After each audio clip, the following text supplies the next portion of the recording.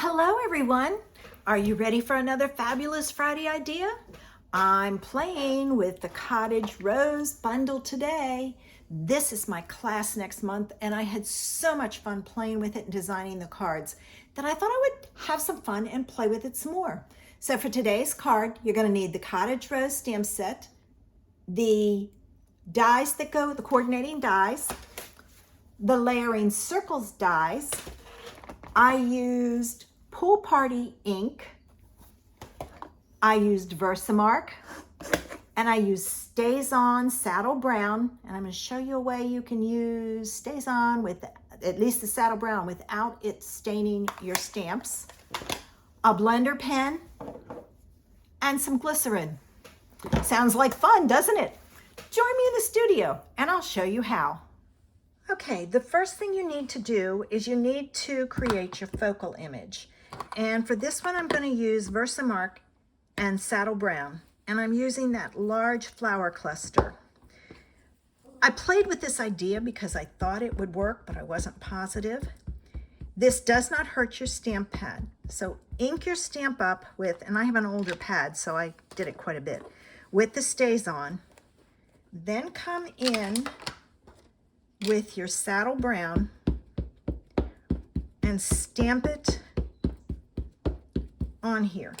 All right. Then you're gonna flip it over. I'm flipping it around. And you're gonna stamp it like so. And I give it a few minutes to transfer. Now you need to do this 2 times because after you do this, you're going to take the largest circle die, and I'm looking for my pieces. They're all here. I couldn't find the one that I had done, so I'll do another one. But anyway, you have to stamp it twice. You do need to clean this before you go back and do it again. The reason being is if you don't, you're going to get Saddle Brown ink on your Versamark pad. But you need 2 of them. And of course, now I can't get the Saddle Brown ink open. I'll find that Saddle Brown piece. Yep, there it is. All right. So then you're going to take the largest layering circle dies. All right. And you're going to cut out. I lined it up so that I wanted, my key was that, excuse me, to get the whole rose in there. So I lined it up so that it was, the whole rose was there, and cut it out. With the second one, I'm going to put that up so I don't lose it. With the second one, what you're going to take and do is you need to heat set this. Now I'm not going to, hopefully it won't bleed, but we'll find out. And then you're going to take your Pool Party ink, your glycerin, and your blender pen, and you're going to, I'm going to use a big block, not that I need it. You're going to take and you're going to put some ink on your block, and then you're going to add a drop of glycerin. All you need is a drop. It goes a long way. If you need more, you can add more. You're then going to take your blender pen. Now, once you put glycerin on here, you can't use it for anything else. So just keep it as a blender pen. And you're going to mix in your Pool Party ink and your glycerin. And you're going to color your stamp. All right. And I love this. It does take a while. So I'm not going to make you watch it. I will. And it does give you, if you're patient and do it right, it gives you smooth coloring. But I don't mind if it's modeled like that because cards or flowers are not perfect in nature. And you're going to color the whole image. All right, I'm going to move this out of the way. Then you're going to cut it out. All right. you're going to take a piece of Pool Party that's 4 by 5 1/4 and your circle image, and you're going to put your circle image up here, and it's going to overlap just slightly. All right, so you're going to glue this down. So let me get my glue. I did prepare a bunch ahead of time so that the video is not long. Okay. All right, so I'm going to take this, and I kind of want my flower like that. So I'm going to put it on like that and just kind of hold it in place for that glue to grab. Then I'm going to take my scissors, because I don't know if I have glue on it. I'm going to use my yucky scissors, and I'm going to trim it off even with the panel. All right, so I've got rid of that. That panel is going to go onto a white card base. But you know what? I think I'm going to add some ribbon to the bottom of this, because it's going to have a lot of space down here. So I'm going to grab my Pool Party glitter ribbon. All right, and I'm going to add a bow down here, like so. And I don't see my roll tape.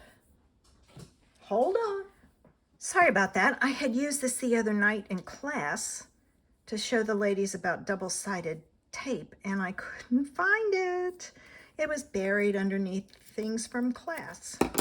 All right, so make sure you put your double-sided tape at the bottom.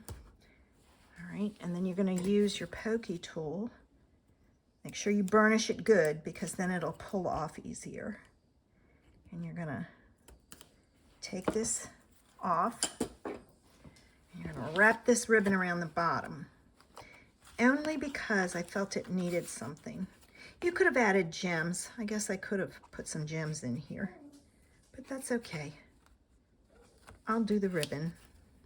And then I'm going to take another piece of the double-sided tape, and I'm going to put it over top so that that ribbon is sandwiched between the two pieces of double-sided tape.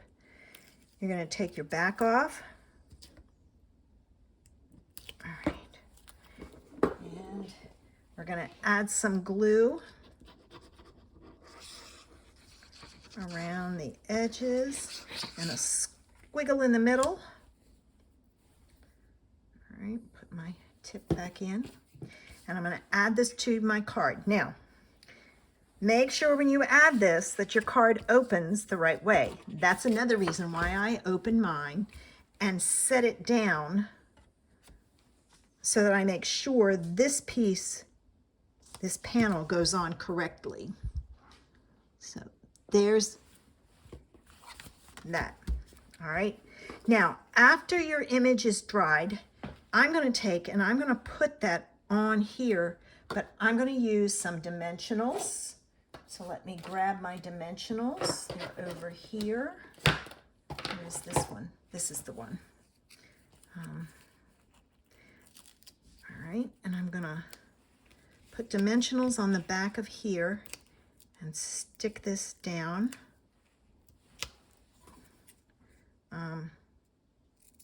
I love using the, well, I didn't do that right. I should have put it the other way or closed it up, but we'll work with it this way.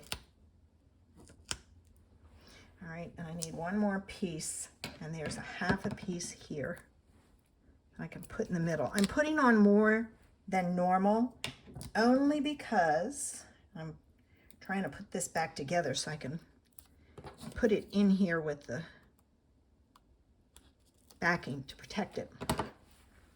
Because I've used the glycerin, it has kind of warped, so I want to make sure it stays flat. All right, and I'm going to match this up like so. All right, Next thing I did was I stamped the flower. It's backwards, but I don't have my labels on. And then I fussy cut it. There is a die that cuts it, but it cuts out the whole panel. I only wanted this, so I just fussy cut it. And I'm going to add that right down here. I think I'm going to go this way with it. And I'm going to put that on flat. I'm trying not to do cards with too much embellishment so that they don't stick up. All right, so I'm going to put that there. If they stick up too much, you have to pay more postage. All right, I also took the leaves, stamped them twice with Pool Party, and there is a die for that, so I die cut those, and I'm going to add those to my card. And we are almost done. You can add whatever sentiment you want. This could be a very pretty, ooh, well, it went under my thing. So let me get this one on and I'll grab it. All right. And naturally it went upside down. I have more glue on my floor. Good thing I can clean it off. All right. So I'm gonna, I think that needs to go in further. No, it's not gonna come up. All right, so you know what I'm gonna do with this one? I'm gonna do some surgery. And I'm gonna put it like so. There. And I can throw this piece away. So there's that. I'm thinking, can I get this up? Nope, it's stuck down. I should have cut that one off too. So there's my card, and I have to add, the only thing left is a bow. And you know what? I have never tried it with this one. So let's give this bow a try. I tie a loose bow so I know about how much to cut off. I should measure it. It's about